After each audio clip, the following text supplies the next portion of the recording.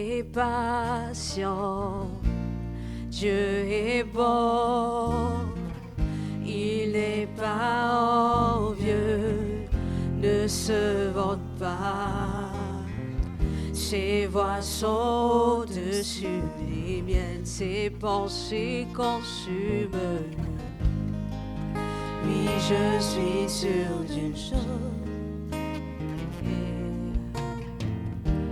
Dieu est patient, Dieu est bon, il n'est pas envieux, ne se vante pas.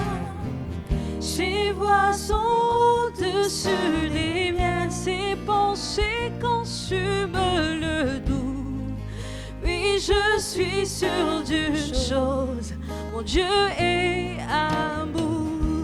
Dieu est patient, Dieu est bon, il n'est pas envieux, ne se vante pas. Ses voix sont au-dessus des miennes, ses pensées consument le doux. Oui, je suis sûr d'une chose, mon Dieu est amour. Dieu est patient, Dieu est bon, il n'est pas envieux, ne se vante pas. Ses voix sont au-dessus des miennes, ses pensées consument le doux. Mais je suis sûr d'une chose, mon Dieu est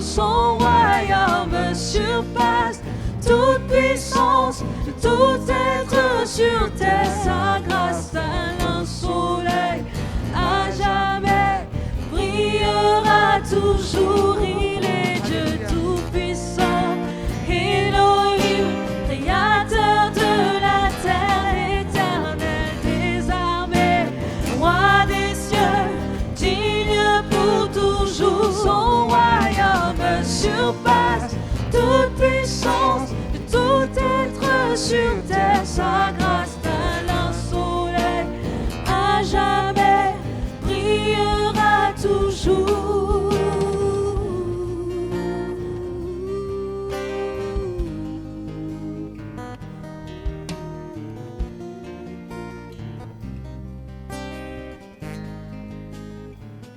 Il est Dieu tout-puissant, Elohim, créateur de la terre, l'éternel des armées, roi des cieux, digne pour toujours. Son royaume surpasse toute puissance, de tout être sur terre. Sa grâce à un soleil à jamais brillera toujours. Il est Dieu tout-puissant, Elohim, créateur de la terre, l'éternel des armées, roi des cieux, digne pour toujours. Son royaume surpasse toute puissance, tout être sur terre. Sa grâce tel un soleil pour jamais brillera toujours.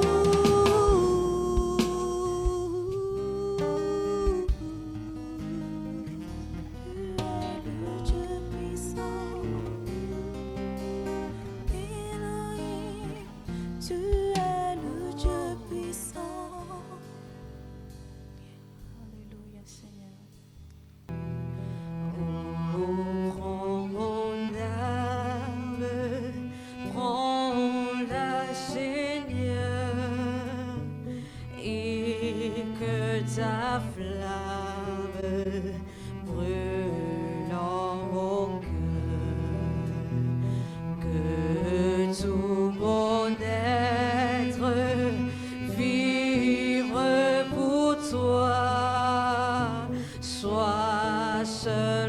grand maître, ô divin roi, source de vie, de paix, d'amour, vers toi je crie, la nuit, le jour, guide mon âme, sois mon soutien, remplis ma vie, toi mon seul bien, du mal perfide, oh garde-moi, sois mon seul guide, chef de ma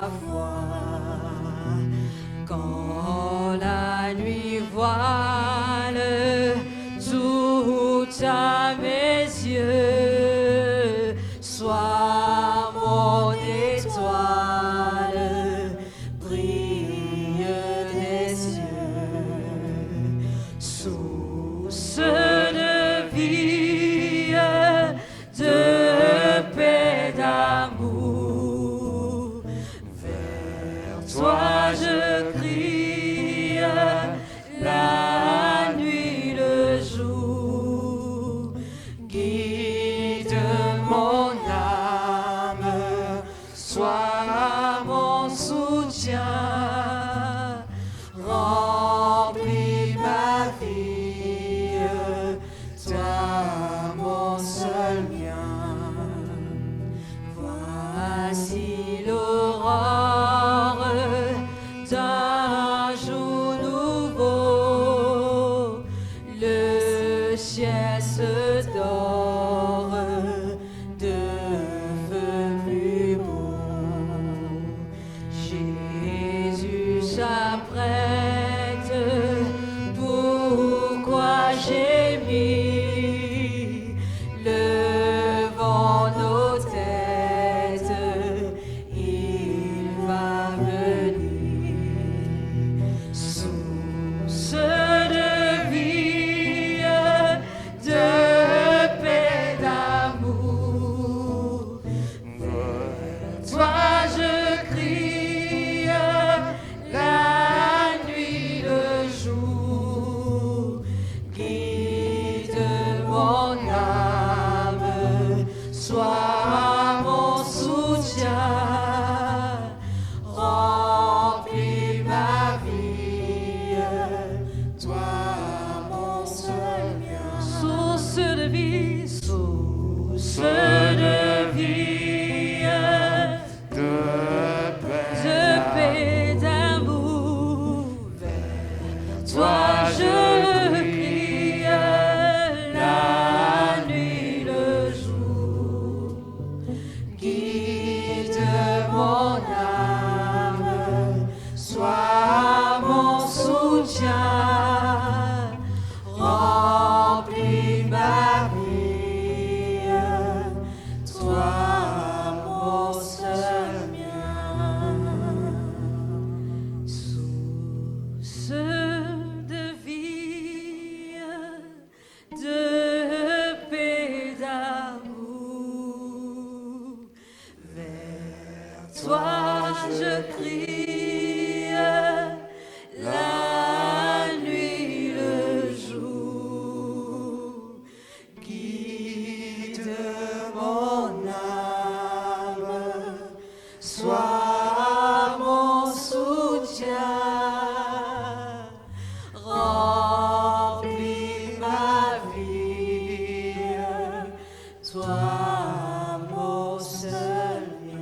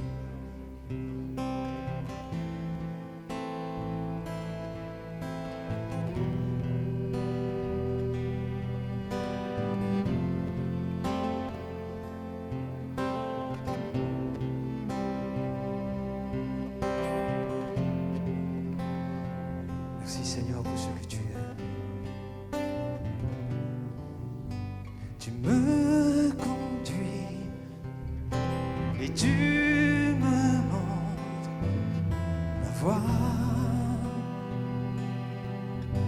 seul qui m'emmène à ta rencontre, pour toujours dans ta présence.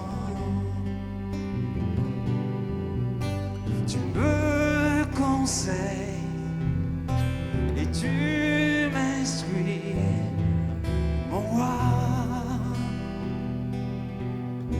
Tes yeux posés sur moi, tu veilles sur mes pas, tu éclaires mon chemin. Je ne veux que t'aimer pour ce que tu es. Je ne veux que t'aimer pour ce que tu fais. Je ne veux que t'aimer pour ce que tu es. Je ne dois te t'aimer, Jésus. Je ne peux que t'aimer pour ce que tu es. J'ai le droit de t'aimer pour ce que tu fais.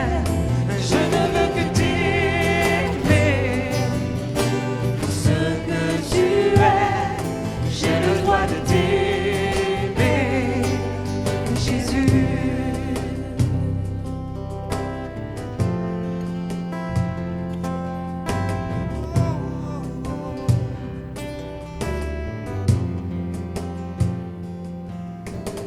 Terre d'argile, toi le potier divin, ta main me forme tel un vase d'honneur, recevant ton huile d'onction.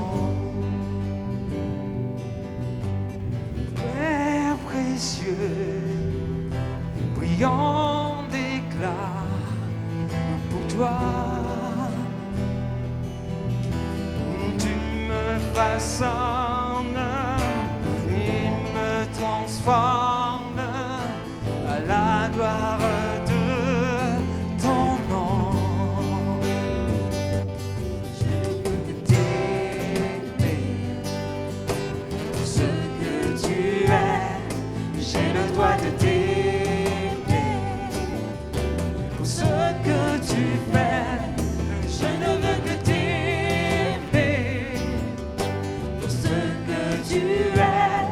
J'ai le droit de t'aimer, Jésus.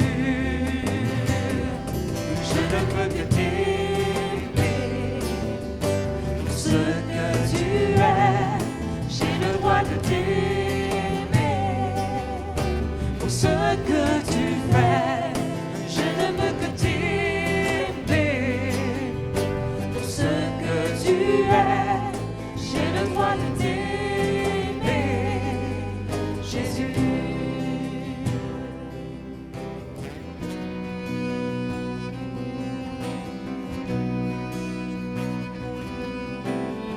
C'est ma prière ce matin, Seigneur, te suivre,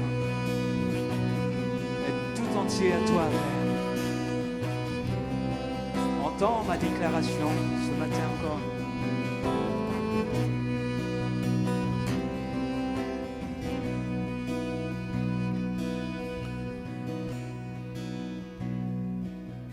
Je veux marcher dans tes voies, ô mon roi, m'abandonnant totalement à toi. Que ton Esprit Saint en moi me rende fort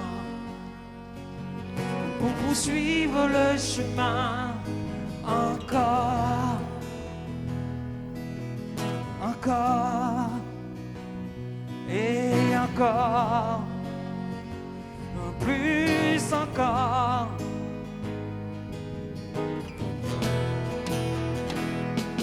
Est-ce qu'on peut le reprendre ensemble?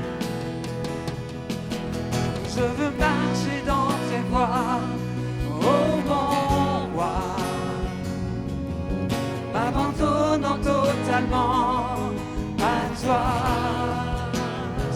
déclaration.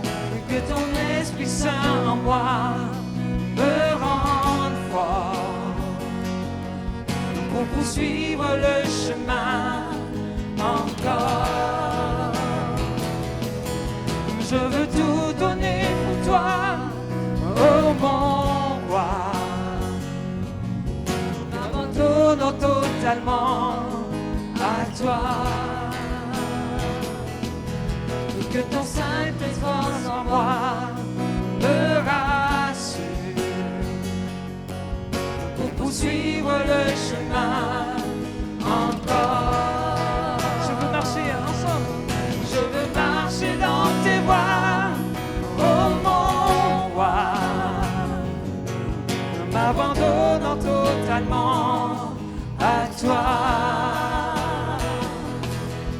Que ton Esprit Saint en moi me rende fort pour poursuivre le chemin encore. Je veux tout donner, je veux tout donner pour toi, oh mon roi. M'abandonnant totalement à toi. Que ta sainte présence en moi me rassure pour poursuivre le chemin encore, encore, plus encore,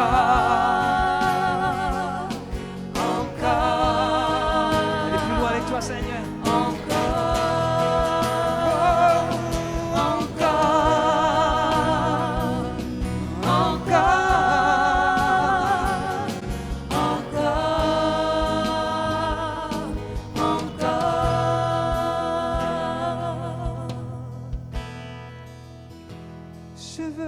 Je veux marcher dans tes voies, ô mon roi, m'abandonnant totalement à toi.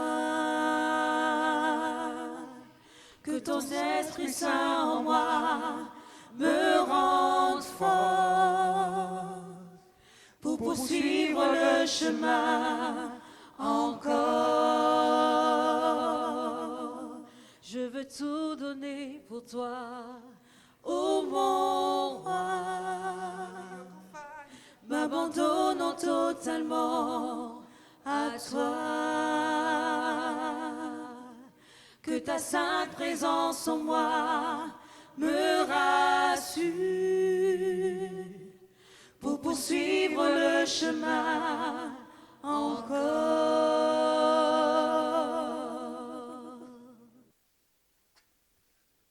Coucou Phila, peuple de Phila, la parole de Dieu, éternelle, immuable. Dieu parle de différentes façons.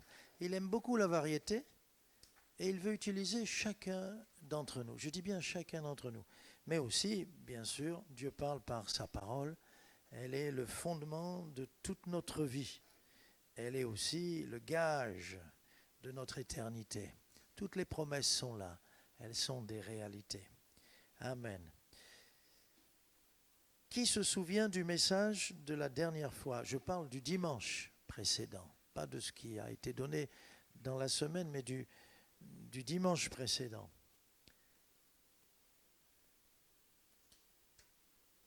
Une foi toujours plus grande, c'était à peu près ça, voire plus grand, demander plus, ne pas réduire notre vie, ne pas vivre d'une manière étriquée, voire grand.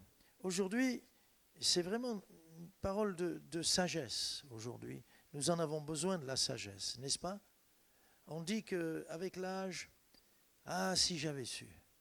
On dit qu'avec l'âge, on va souvent prononcer ah si j'avais su. Ou bien, si je devais recommencer ma vie, il y a bien des erreurs que je ne ferai pas. Qui n'a pas fait d'erreur? Mais là, c'est bien plus précis que les erreurs qu'on aurait pu commettre. Enfin, venez avec moi dans 2 Timothée au chapitre 4.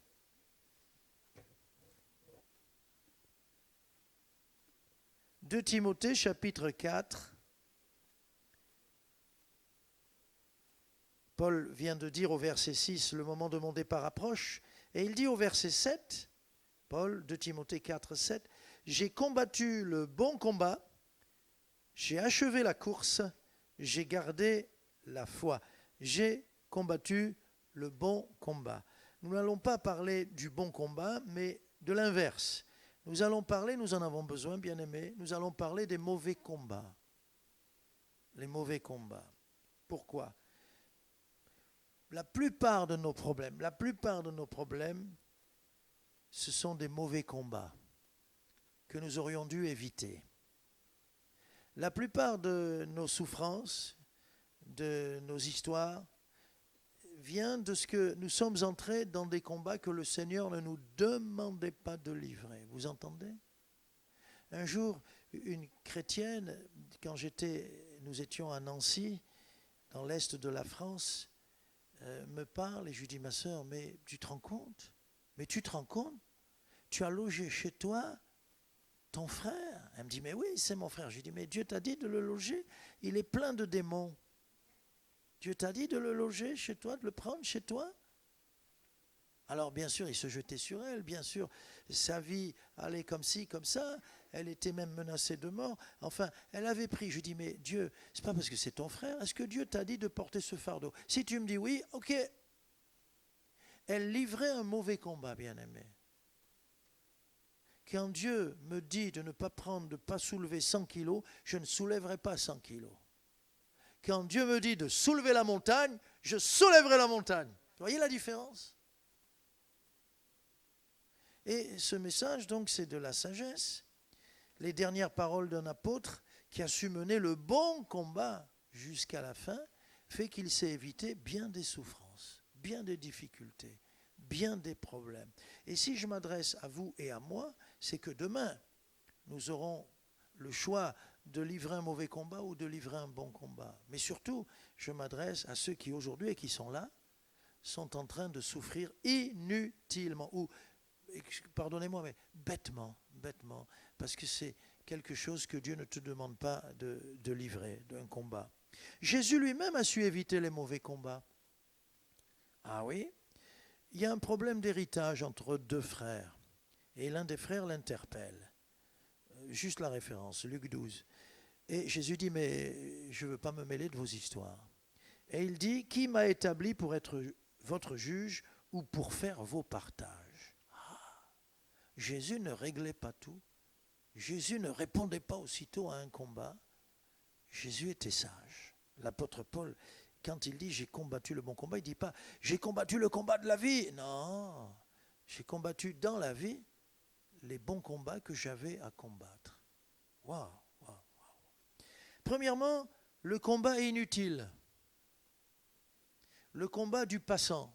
Vous avez remarqué que quand il y a un accident sur la route, même si la route est vraiment dégagée et tout se passe sur la voie auxiliaire, donc on peut passer. Comme par hasard, les gens ralentissent et les gens veulent, oui ou non ? Et à cause de ça, ça forme un bouchon. Et ça peut même être un second accident qui va intervenir parce que tout d'un coup, ils freinent pour voir ce qui se passe. Le passant, j'appelle ça le passant. Pourquoi ? Proverbe 26, 17, le texte s'affiche à l'écran. Proverbe 26, 17. Que nous dit le Seigneur ? Il nous dit ceci.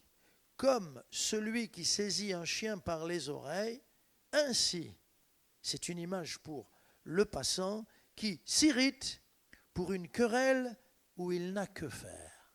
Voyez ? Peut-être c'est à celui-là que s'adresse le Seigneur dans le don spirituel. Tu es en colère.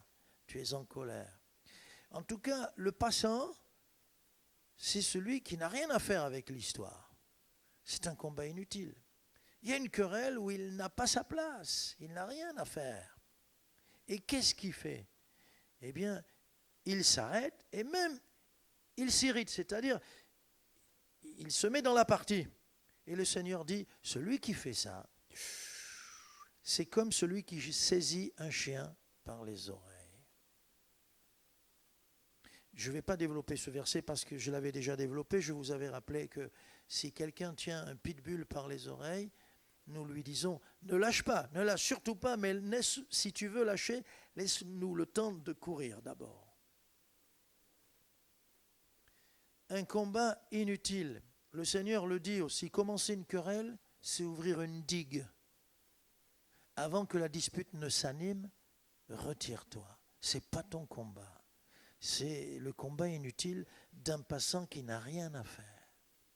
Il y a des chrétiens qui sont parfois, on va dire, avocats des causes perdues.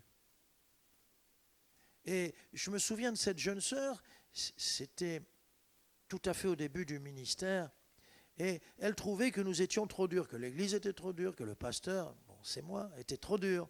Et elle s'occupait de la personne.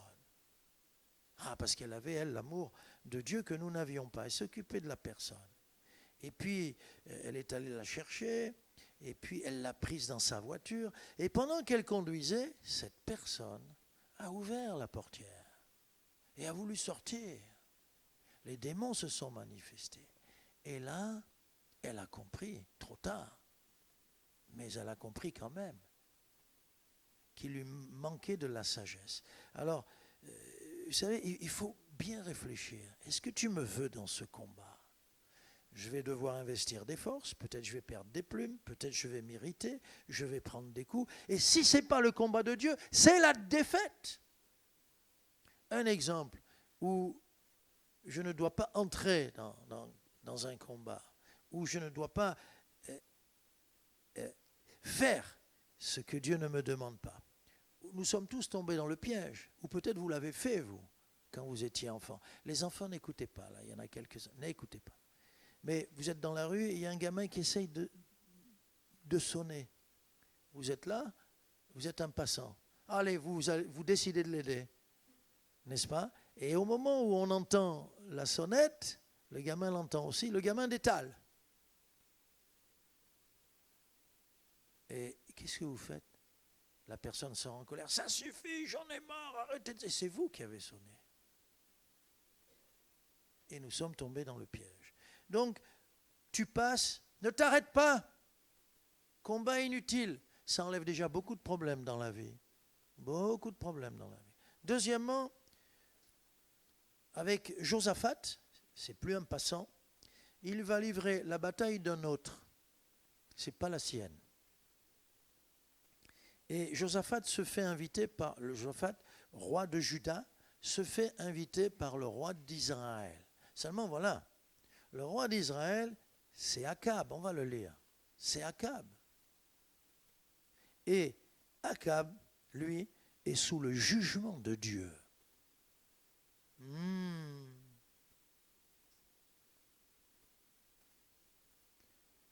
Parfois je me dis, mais les chrétiens n'ont pas de sagesse. Ils vont dans tel endroit, écouter tel pasteur qui est déjà sous le jugement de Dieu. Tu vas peut-être sur Internet écouter, oui mais il parle bien. Un jour on m'a dit, mais pasteur, ce qu'il dit c'est beau. Et l'ange de lumière, il n'est pas beau? Il est plus beau que toi et moi. Tu ne le savais pas? Il est plus beau que toi et moi. C'est beau ce qu'il dit. Et même quelqu'un m'a dit, non mais ce qu'il dit c'est bien. J'ai dit oui, mais il y a tout ce qu'il ne dit pas. Tout ce qu'il ne dit plus. Qu'est-ce qu'il ne dit plus? Il ne parle plus de la repentance, il ne parle plus que, il faut venir au Seigneur. Et quand on vient au Seigneur, il nous lave, il nous purifie. Et non, ça c'est fini, il n'en parle plus. Alors le combat d'un autre, on y va ensemble. 1 Roi chapitre 22, d'abord le verset 4. 1 Roi chapitre 22, verset 4. C'est donc Akab, ce « il », ce pronom personnel. Il, c'est Akab. Akab dit à Josaphat, veux-tu venir avec moi, attaquer Ramoth en Galaad? Voilà la proposition. Josaphat répondit au roi d'Israël, nous irons.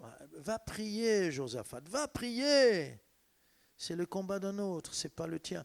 Nous irons, moi comme toi, mon peuple comme ton peuple, mes chevaux comme tes chevaux. Bon, on passe au verset 30. La bataille approche, et là, voilà un premier indice. Le roi d'Israël dit à Josaphat, donc Akab, je veux me déguiser pour aller au combat. Tiens, tiens, il y a quelque chose de louche. Mais toi, revêt-toi de tes habits, sous-entendu de tes habits royaux. Et le roi d'Israël se déguisa et alla au combat. Le roi de Syrie avait donné cet ordre aux 32 chefs de ses chars, 32 généraux. Vous n'attaquerez ni petit ni grand, mais vous attaquerez seulement le roi d'Israël. Quand les chefs des chars aperçurent Josaphat, roi de Juda pourtant, roi de Juda, ils dirent, certainement c'est le roi d'Israël. Et ils s'approchèrent de lui pour l'attaquer. Josaphat poussa un cri. Josaphat poussa un cri. C'est un cri de délivrance. Dieu a eu pitié de lui. Les chefs des chars, voyant que ce n'était pas le roi d'Israël, s'éloignèrent de lui. Alors, un homme tira de son arc au hasard. Vous croyez qu'il y a un hasard avec Dieu? Oui, c'est le hasard Dieu. Hein? Il est sous le jugement, Akab. Un homme tira de son arc au hasard et frappa le roi d'Israël, le roi Akab, l'impie, cruel Akab, au défaut de la cuirasse. Le roi dit à celui qui dirigeait son char, « Tourne et fais-moi sortir du champ de bataille, car je suis blessé. » Mais ça a été impossible. Le combat devint acharné ce jour-là. Le roi fut retenu dans son char en face des Syriens et il mourut le soir. Le sang de la blessure coula à l'intérieur du char. Josaphat avait été averti parce qu'un homme, Michée, un prophète, était venu dire à Akab, et Josaphat était présent, ne va pas au combat. Malgré les prophéties de Michée, Josaphat va suivre Akab. C'est un combat où il n'a que faire. C'est le combat d'un autre. C'est le combat d'un autre. Ce combat va se terminer dans la déroute complète, annoncée par Michée. Il disait ce qu'il voyait et comment le peuple d'Israël allait être défait, etc., etc. La Bible nous dit que nous pouvons avoir des amis pour notre malheur. C'est l'amitié. Proverbe 18. Hein? Si j'avais été là, moi j'aurais dit, roi Josaphat, c'est son combat à lui, laisse-le faire. Il veut tes hommes, il veut plus de troupes, et il veut que tu viennes. Et en plus, c'est un indice, il se déguise. Ça veut dire quoi? Ça veut dire que l'ennemi va savoir qu'il est là, le roi d'Israël, puisque tu vas être habillé en roi, avec les vêtements royaux. Mais tu vas t'exposer encore plus. Tu vas perdre ta vie au contact de cet homme. Ne va pas dans son combat. Mais Akab se déguise et va sur le combat, sur le champ de bataille de Ramoth en Galade. Mais Dieu quand même a été bon pour Josaphat. Son cri révèle quelque chose. L'ennemi comprend que ce n'est pas lui. Merci Seigneur. Il peut encore corriger nos erreurs, mais il nous avertit. Et parfois, il nous laisse aller au combat pour que nous comprenions bien. Et je pense que si tu souffres, tu es en train de livrer le combat d'un autre et pas le tien. Ce n'est pas ce que Dieu t'a demandé. On continue. Le combat suite à un compromis. Quand le Seigneur nous dit de ne pas faire de compromis, c'est pour l'honneur de son nom, c'est pour que nous servions dans la lumière, mais c'est aussi pour nous éviter beaucoup de problèmes. Un exemple. Pour cacher le premier mensonge, qu'est-ce qu'il faut? Un autre. Mais pour cacher le deuxième mensonge, qu'est-ce qu'il faut? Un autre. Et on s'en sort plus. Et on s'en sort plus.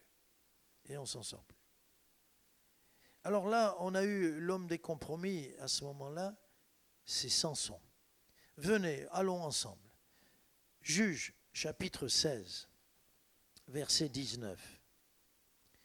Là aussi, le pronom personnel, il faut l'expliquer. Elle, c'est Delilah, dont je vais parler tout à l'heure. Une femme. Elle l'endormit sur ses genoux. C'est un géant, il a une force surnaturelle. Et là, on peut dire, c'est un beau bébé. Non. Elle l'endormit sur ses genoux. Et ayant appelé un homme, elle rasa les 7 tresses de la tête de Samson et commença ainsi à le dompter. il perdit sa force. Elle dit alors, les Philistins sont sur toi, Samson. Et il se réveilla de son sommeil et dit, ah, je m'en tirerai comme les autres fois. Vous croyez qu'il va s'en tirer comme les autres fois? Et je me dégagerai. Il ne savait pas que l'Éternel s'était retiré de lui. Les Philistins le saisirent et lui crevèrent les yeux. Ils le firent descendre à Gaza et le lièrent avec des chaînes d'airain. Ils tournaient la meule dans la prison. Mauvais combat pour Samson. D'abord, il a fait un compromis avec cette femme. Son amour pour Delilah, alors que ses parents ont dit « Fais attention, il y a de si belles jeunes filles au sein de notre peuple. Fais attention, ne va pas la chercher chez les étrangers, chez les Philistins. » Et lui tombe amoureux de Delilah, la Philistine. Premier compromis. Ensuite, bon, il ne le sait pas, mais quand tu es dans un combat suite à un compromis, dedans, il doit y avoir des compromis en pagaille. Elle a fait, comme on dirait aujourd'hui, elle a fait un deal. Elle a fait un deal avec les Philistins. Si je vous livre Samson, si je vous donne la clé, le secret de sa force, alors elle dit, je veux de l'argent. Ok. Et elle fait un deal pour de l'argent. Il ne le sait pas, ça. Et donc, son deal, son affaire, son montage, son compromis, appelons ça comme on veut, hein, c'est une affaire qu'on fait. Bon, qu'est-ce que c'est qu'un compromis? Une affaire que l'on fait où Dieu est absent. Où Dieu est absent. Ok? Bien. Donc, il va livrer un combat, c'est sûr, mais un combat qui se situe où ça? Dans la chambre de Delilah. Le vrai combat de Samson, c'est sur les champs de bataille. Il peut rencontrer 10 000 Philistins. Dieu est avec lui. Et il n'aura pas peur. Mais là, ces Philistins-là sont les Philistins de son compromis à lui et du compromis de Delilah. Et donc ils auront autorité sur sa vie. Et il n'y aura pas de victoire possible. Même les conséquences sont terribles. Il perd l'onction. C'est fini, son secret, il lui a enfin dit, et elle jouait avec lui. Et à chaque fois, elle s'approche plus près. Il perd l'onction. 2, il est attrapé, enchaîné. 3, on lui crève les yeux. Et il va être la risée, le spectacle des Philistins. Il va tourner la meule comme un animal. On pourrait dire 4. Son ministère s'arrête. 5. Dieu est bafoué et ridiculisé. Parce qu'il était quand même le champion de Dieu. Waouh. Samson, qu'est-ce que tu fais là chez Delilah? Samson, tu as fait des compromis. Il est temps que tu arrêtes tout ça, que tu te repentes, que tu retournes vers le Seigneur. On continue. Là, c'est plus subtil. J'appelle cela le combat insensé. C'est ce que va faire David. Il va faire un choix, et nos choix nous amènent, s'ils sont de Dieu et avec Dieu, à la victoire. Comme nos choix peuvent nous amener à livrer de mauvais combats, à la défaite. Et je ne vous en dis pas plus, j'en parlerai tout à l'heure. On y va. 1 Samuel 21, verset 11. On va aller retrouver David. Il est en fuite. Il fuit la colère de Saül qui a juré sa perte, sa mort. Il a parfois confiance dans le Seigneur et parfois il a peur. Il passe par des hauts et des bas dans ses émotions. Et cette fois-là, les émotions vont l'emporter. 1 Samuel 21, verset 11. Les serviteurs d'Achish disent à Achish, parce que David se présente chez les Philistins, ses ennemis, n'est-ce pas là David, roi du pays? N'est-ce pas celui pour qui l'on chantait en dansant? Saül a frappé ses 1000 et David ses 10 000. C'est-à-dire, Achish, mais il est dangereux ce David qui te demande l'hospitalité. Mais il est dangereux. Il est plus dangereux que Saül. David prit à cœur ces paroles et il eut une grande crainte d'Achish, roi de Gath. Alors il va simuler la folie. Il est obligé. Il se montra comme fou à leurs yeux et fit devant eux des extravagances. Il faisait des marques sur les battants des portes et il laissait couler sa salive sur sa barbe. Aujourd'hui, on aurait appelé les pompiers ou la police et il serait enfermé avec une camisole de force. Mais ça n'existait pas à l'époque. Achish dit à ses serviteurs, « Vous voyez bien que cet homme a perdu la raison. » Bon, il est inoffensif. Mais il ajoute, « Pourquoi me l'amenez-vous » Alors, qu'est-ce qui se passe chez David? Il fait un mauvais calcul. Partout où il va, Saül le retrouve. Il a ses indicateurs, il a les guetteurs sur tout le pays. Et il sait que Saül s'approche de plus en plus de ses cachettes, de ses refuges. Il sait qu'il ne va pas durer longtemps. Bien. Mais qui est son refuge à David? Son seul et unique refuge. Et cette fois-là, il fait un mauvais calcul. Et il va donc entrer dans un mauvais combat. Il se dit, Saül a peur des Philistins qui sont plus nombreux et plus forts que lui. Donc si j'allais me réfugier chez les Philistins, imaginez ce calcul. Pour être délivré de mon ennemi, je vais aller me réfugier chez mes ennemis. Comme on dit aussi d'une autre façon, le remède sera pire que le mal. C'est fou ça. C'est fou. C'est terrible. Donc, il va livrer un mauvais combat. Il voit son ennemi comme son ami. Mauvais combat. Et même, j'ai vu des chrétiens, ils voient son ami comme son ennemi. Mauvais combat. Vous entendez? Mauvais combat. Un jour dans une église, je suis arrivé dans cette église. Dieu nous y a envoyés. Et pour relever l'église, etc. Je ne peux pas tout raconter, mais on était patients. Claudine me dit, mais qu'est-ce qu'on fait ici? Je dis, chérie, Dieu nous a envoyés. Elle pleurait, elle pleurait. Un jour, je lui dis, ne pleure pas. Mais je la quitte et puis je vais à côté pleurer moi aussi. Mais il ne fallait pas qu'elle le voie. Hein. Après, elle l'a su. L'église avait besoin de... Et un jour, j'ai dû dire à cette église, avec beaucoup de douceur, beaucoup d'amour, j'ai dû dire, non, non, non, non, non. Le pasteur n'est pas l'ennemi de l'église. Il y en a qui faisaient la découverte du siècle. Ah bon? Bon, je m'arrête là. Mais en voulant éviter un problème majeur, il va entrer dans un mauvais combat. J'ai raconté, je pense, c'était en semaine, comment on peut entrer dans un mauvais combat en faisant un mauvais choix. Un bombardement commence et deux hommes, les bombes commencent à pleuvoir un peu partout, deux hommes voient un camion assez haut et ils se glissent sur ce camion. Au moins les éclats d'obus, au moins. Et ils sont là pendant tout le bombardement. Les bombes tombent de partout.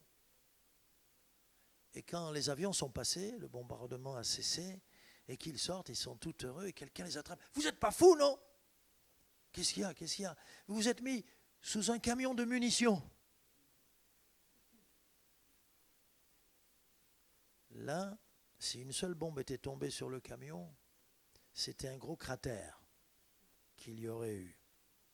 Le camion était bourré d'explosifs. Waouh! Et parfois, l'enfant de Dieu se glisse sous un camion pensant être protégé, mais il ne sait pas que. Voilà aussi le combat de David. D'ailleurs, il sera chez les Philistins, à Tsiklag, dans leur quartier général. Ça sera compliqué pour lui, jusqu'au jour où même Achish voudra aller combattre Saül, et David devait y aller. Heureusement qu'il y a un empêchement, les rois des Philistins ne veulent pas qu'il vienne. Heureusement, parce qu'il se serait trouvé dans une bataille qui n'est pas son combat, luttant contre ses frères, mais en même temps, comment faire? Les Philistins t'entourent, tous les princes des Philistins sont là. Enfin, ça aurait été très compliqué pour lui. Très compliqué. Dernier mauvais combat, c'est instructif tout ça, n'est-ce pas? La parole contient beaucoup de sagesse. Dernier mauvais combat. Azaël. Ça ne vous dit peut-être pas quelque chose. Azaël, le jeune frère de Joab. Et là, je m'adresse aux jeunes. Azaël, c'est un jeune. Et quand on est jeune, on fait beaucoup d'erreurs. On veut se lancer dans toutes sortes de batailles. Mais nous allons voir pourquoi son combat était un mauvais combat. 2 Samuel, chapitre 2, versets 17 à 23. 2 Samuel 2, 17. Il y a un combat entre David et Saül, Abner étant le général de Saül. Abner qui est en fuite parce qu'il a perdu. Donc retenez ceci, Abner. Il y eut en ce jour un combat très rude, dans lequel Abner et les hommes d'Israël furent battus par les gens de David. Là se trouvaient les 3 fils de Tseruja, les cousins de David. Joab, son général, on connaît, Abishai et Azaël. Voilà, c'est Azaël, le petit jeune frère. Il n'était pas aussi costaud que les autres. Mais nous lisons, Azaël avait les pieds légers comme une gazelle des champs. Il poursuivit Abner. Abner s'enfuyait pour sauver sa vie. Il poursuivit Abner sans se détourner de lui pour aller à droite ou à gauche. Abner regarda derrière lui et dit à son ennemi, « Est-ce toi, Azaël ?» Et il répondit, « C'est moi. » Abner lui dit, « Tire à droite ou à gauche, saisis-toi de l'un de ces jeunes gens et prends sa dépouille. » C'est-à-dire, ne me poursuis pas. Mais Azaël ne voulut pas se détourner de lui. Verset 22. Abner dit encore à Azaël, « Détourne-toi de moi une deuxième fois. Pourquoi te frapperai-je et t'abattrai-je à terre? Comment ensuite lèverai-je le visage devant ton frère Joab ?»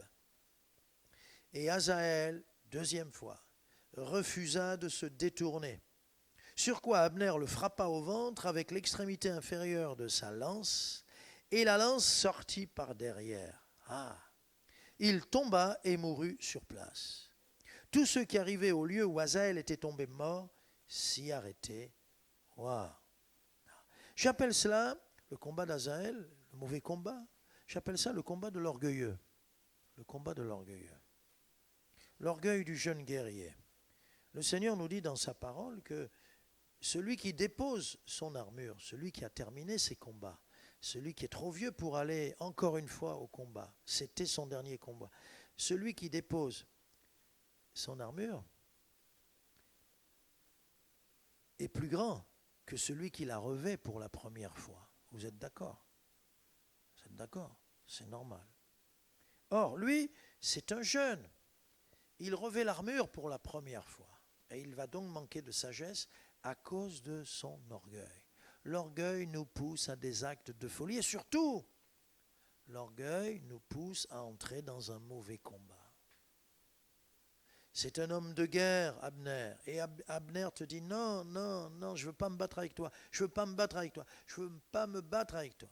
Il lui dit, il insiste. Mais Azaël, pour lui-même, peut-être aussi parce qu'il y a ses copains, je ne sais. Mais Azaël va provoquer Abner en fuite. Laisse-le s'enfuir ou laisse le soin aux autres de l'attraper s'ils vont pouvoir l'attraper. Il est averti 2 fois et il refuse 2 fois la voix V-O-I-X, la voix de la sagesse.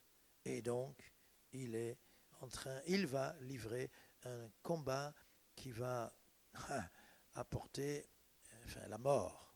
Il va mourir dans ce combat. Quel dommage. Alors, je résume. Il y a le combat inutile d'un passant. Continue, ne t'arrête pas. Il y a le combat d'un autre, ce n'est pas celui de Josaphat. Josaphat, qu'est-ce que tu fais là? Avec Akab, sur sa vie, il y a le jugement de Dieu. Ne t'arrête pas. Il y a Samson, ta désobéissance au départ, tes parents, les conseils de tes parents. On pourrait dire aujourd'hui les conseils de la parole de Dieu, de ton pasteur, de l'Église, font que par ta désobéissance, tu es entré sur un champ de bataille où tu ne dois pas te tenir. Après Samson, David, mauvais choix. Choix poussé, motivé par la crainte. Un choix motivé par la crainte nous amènera à livrer bataille, mais ça sera toujours un mauvais combat. Et puis là, on vient de le voir, le combat de l'orgueilleux, le combat du provocateur, le combat d'Azaël, qui va mal, très très mal se terminer. Voilà. Donc en conclusion, il faut choisir le bon combat pour s'éviter bien des souffrances, bien des soucis, bien des problèmes. Vous êtes d'accord ? Je ne peux pas donner de chiffres, mais je pourrais dire en gros, 3/4 de nos problèmes pourraient être réglés si nous n'étions pas entrés dans de mauvais combats. Êtes-vous d'accord avec moi ? Beaucoup de nos problèmes. Beaucoup de nos problèmes. Un pasteur m'a dit un jour, écoute, on m'appelle pour aider, les frères et sœurs m'appellent pour les aider dans leurs problèmes. Je dis, c'est super ça. Il me dit, non, quand ils m'appellent, c'est trop tard. Toute la maison a brûlé. Il parlait en images. Hein. Toute la maison a brûlé. Alors tu n'attends pas qu'il y ait des cendres pour dire, pasteur, ben, c'est trop tard. Quand est-ce qu'il faut appeler le pasteur ? Quand est-ce qu'il faut chercher, accepter le conseil de la parole ? C'est pas quand... C'est quand une allumette, une seule, a été introduite. C'est là que ça devient grave. Avant même qu'elle ne soit introduite, c'est là qu'il faut appeler le pasteur. C'est là qu'on peut faire quelque chose. Le bon combat, peut-on aussi, ça serait un point que j'aurais dû développer, mais je le mets en conclusion rapidement. Est-ce que le bon combat, on peut le livrer tout seul ? Croyez-vous ? Esther a eu besoin de Mardochée, son cousin, pour pleinement entrer dans sa destinée. Jésus a eu besoin d'une petite Myriam, que nous appelons Marie, la jeune femme, cette jeune vierge, pour le mettre au monde. Dieu est ça. Jésus toujours a eu besoin d'un Jean-Baptiste pour préparer le chemin, préparer les cœurs, prêcher la repentance. Les cœurs étaient prêts. Beaucoup de cœurs étaient prêts à recevoir Jésus, parce que Jean-Baptiste est passé, son ministère l'a précédé. Moody, le grand évangéliste Moody, il est dans une réunion, il est au premier rang, puis il se retourne. Et il s'approche, ils sont en train de chanter, il s'approche de cette personne. Il lui dit, c'est vous. L'autre dit quoi ? Il dit, je prie depuis 10 ans, c'est vous, je vous ai trouvé, je prie pour vous depuis 10 ans. Il avait une voix formidable, cet homme. Il s'appelait Sankey. Et c'est comme ça que, ce jour-là, ils ont commencé une collaboration. Moody avait besoin de Sankey. Quand Sankey, dans les auditoires de 2000, 4000, 5000 personnes, quand Sankey montait et qu'il commençait à chanter un cantique, il y avait une onction sur les chants de Sankey qui amenait les gens à pleurer. C'était des cantiques dont les paroles retournaient le cœur des plus incrédules qui étaient là, les réunions d'évangélisation. C'était fait avec Moody, la parole, mais aussi, bien aimé, Sankey venait et il préparait les cœurs. Moody avait besoin de Sankey. Sankey n'était rien sans Moody. Nous avons besoin les uns des autres. Les chants de Sankey préparaient l'auditoire. Et toi et moi, pour livrer le bon combat, il faut comprendre que nous faisons partie d'un puzzle. Ce puzzle, appelons-le Église. Nous avons besoin les uns des autres. Et Dieu nous parle par les uns comme par les autres. Nous avons besoin les uns des autres puisque nous réclamons la prière. On peut dire à quelqu'un, prie pour moi et toi aussi, je vous expose. Voilà, j'ai la possibilité de, mais je ne veux pas me tromper, je ne veux pas livrer le mauvais combat. Allez, une dernière pensée, un dernier témoignage, c'est un homme qui me l'a raconté lui-même, il me dit, voilà, j'ai eu la possibilité de changer de service, d'occuper un poste de direction de tout le service, avec un tiers de mon salaire d'augmentation. Waouh! C'est très intéressant. Et il me dit, j'ai pris ça. Et moi, je comprenais déjà ce qu'il allait me dire. Je lui ai dit, sans prier? Il me dit, j'ai pris ça sans prier. C'est beau, Dieu te bénit. Crois-tu que Dieu te bénit? Parce que tu vas gagner plus, parce que tu vas devenir chef. Alors il me dit, voilà, je suis donc devenu chef du service. Et à partir de ce moment-là, je ne m'en suis pas aperçu tout de suite, mais ma femme, elle s'en est aperçue, puis elle me l'a dit. J'ai commencé à, sans m'en rendre compte, à entrer dans une sorte de dépression. Et après, là, je me suis aperçu parce que je suis tombé vraiment malade. Et après, j'en pouvais plus. Et écoutez, il avait donc une responsabilité beaucoup plus grande. Il gagnait donc plus d'argent, mais il menait le mauvais combat. Alors qu'est-ce qui s'est passé? Il a été suffisamment humble et sage pour aller voir le grand patron et lui dire, c'est courageux ça, vous me remettez où j'étais avant. Et c'est courageux devant les collègues, hein, parce que c'est là ma place. Wow. Et quand on l'a remis à sa place, il a perdu donc l'avantage financier, il a perdu la gloire humaine, je ne sais pas si on faut appeler ça comme ça. Il est à nouveau, il a réintégré l'endroit où Dieu le voulait pour mener les bons combats. On peut dire presque automatiquement, mais très rapidement, sa santé s'est rétablie.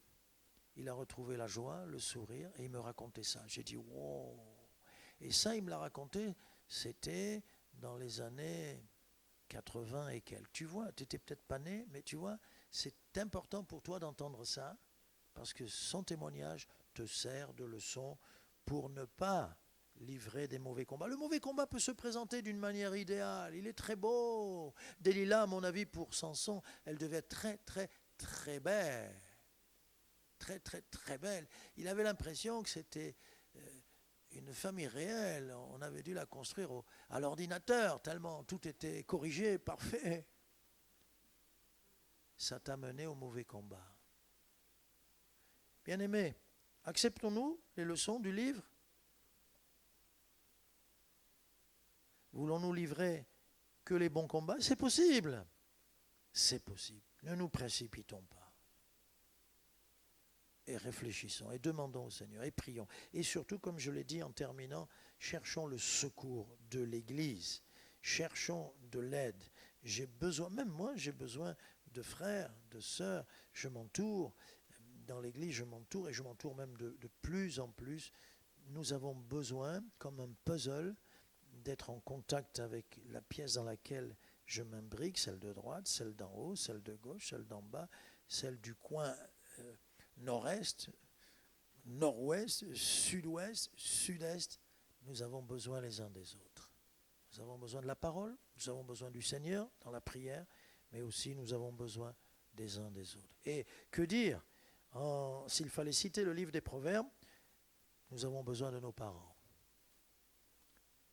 Les jeunes, les enfants, la Bible nous dit d'écouter les parents. Ils vont nous éviter bien de mauvais combats. Donc s'il fallait vous souhaiter quelque chose pour l'année, je vous ai dit la fois d'avant, une foi plus grande, pour recevoir plus, demander plus, grandir dans la foi. Ok, je garde toujours ça pour toute l'année, mais j'ajouterai, livrons cette année que les bons combats. Amen. Moins de souffrance, moins de larmes, moins de problèmes. Et quand c'est le combat de Dieu, quand tu prends des coups, tu es heureux. Parce que c'est le combat de Dieu. Et il est là. Il est là dans les combats. Nous nous recueillons, s'il vous plaît.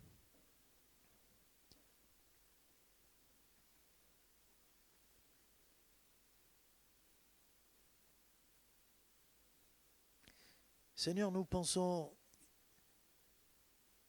à notre vie passée quand nous étions petits, nous venions avec un problème et nous entendions notre maman nous dire « Je te l'avais dit ». Nous avions fait le choix d'aller sur un champ de bataille qui n'était pas le nôtre. Alors aide-nous pour que nous n'entendions plus cela, parce que parfois c'est trop tard. Aide-nous à être des hommes et des femmes sages, de ceux qui te demandent conseil, de ceux qui cherchent dans ta parole le conseil, et de ceux qui écoutent les conseils des uns et des autres. Fais-nous grâce.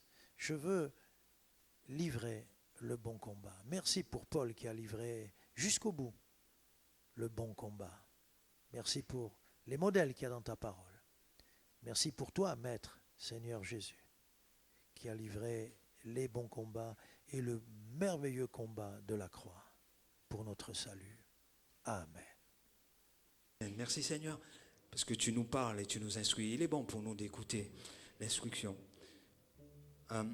J'ai voulu partager ces deux choses-là avec vous, et notamment ce matin, j'ai aussi voulu, Dieu m'a mis à cœur de partager cela, et je me permets de le faire. L'invitation à la joie.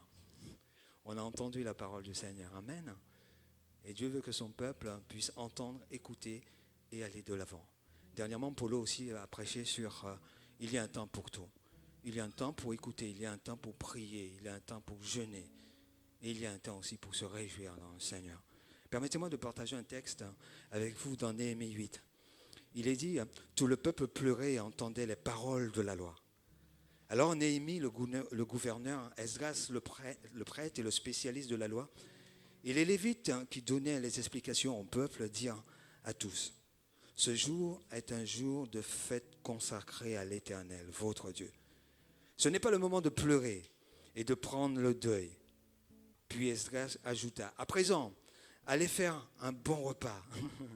Allez faire un bon repas. Ça m'a marqué ça. Buvez d'excellentes boissons et faites porter des portions à ceux qui n'ont rien préparé, car ce jour est un jour consacré à notre Seigneur. Amen. Et ce dimanche-là, aujourd'hui, je le dis, je le confirme, c'est un jour consacré à l'Éternel. Alléluia. Hein? Ne vous affligez donc pas, car la joie que donne l'Éternel est votre... Alléluia. Ne vous affligez donc pas, car la joie que donne l'Éternel est votre force. La joie de l'Éternel est notre force. De leur côté, les Lévites calmaient tout le peuple en disant, soyez tranquilles, car ce jour est consacré à Dieu. Ne soyez donc pas tristes. Alors tous allèrent manger et boire, faire porter des parts aux pauvres et organiser de grandes réjouissances, car ils avaient bien compris les paroles qu'on leur avait enseignées. Amen. On a été dans l'enseignement, je crois que là, on est dans la joie.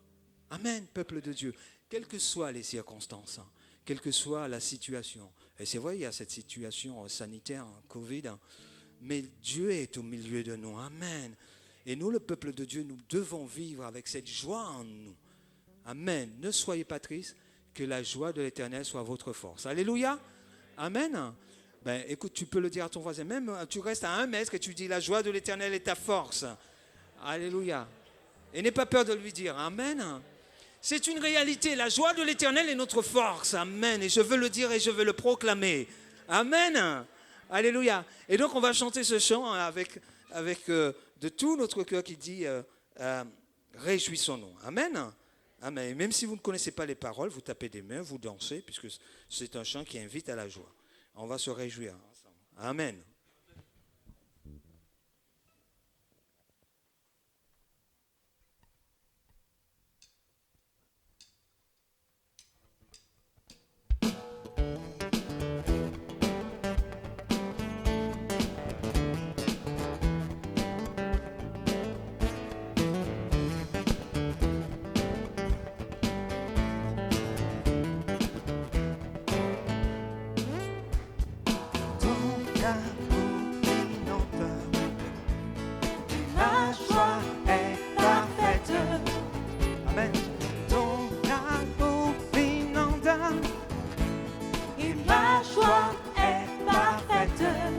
Encore. Hey. Ton amour m'inonde et ma joie est parfaite. Ton amour m'inonde et ma joie est parfaite. Réjouissons-nous, toujours réjouissons-nous dans le Seigneur, car son amour et ses promesses pour nous sont véritables. Sa douce présence et l'assurance d'une joie parfaite. Heureux celui-là se confie toujours en l'Éternel. Et ton amour m'inonde. On est ensemble. Et ma joie est parfaite. Ton amour m'inonde. Et ma joie est parfaite. Encore une fois. Hey, Ton amour m'inonde. merci Seigneur. Et ma joie est parfaite.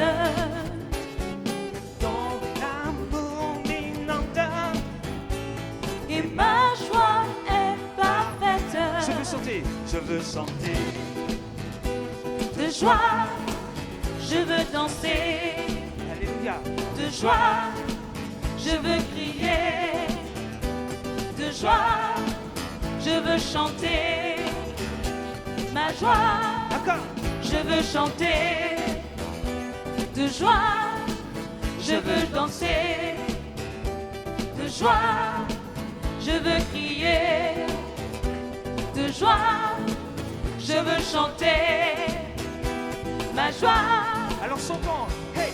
Paya pa pa pa pa pa pa paya. paya pa pa pa pa pa pa pe. Paya pa pa pa pa pa pa pe. Paya pa pa pa pa pa pa pe. Encore une fois. Paya pa. Paya pa pa pa pa pa pa pe. Paya pa pa pa pa pa pa pe. Paya pa pa pa pa pa pa pe. Paya pa pa pa pa pa pa pe.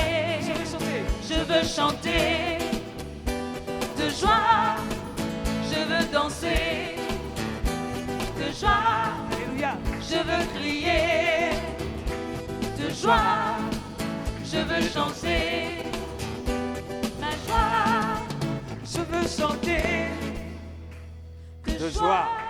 Alléluia.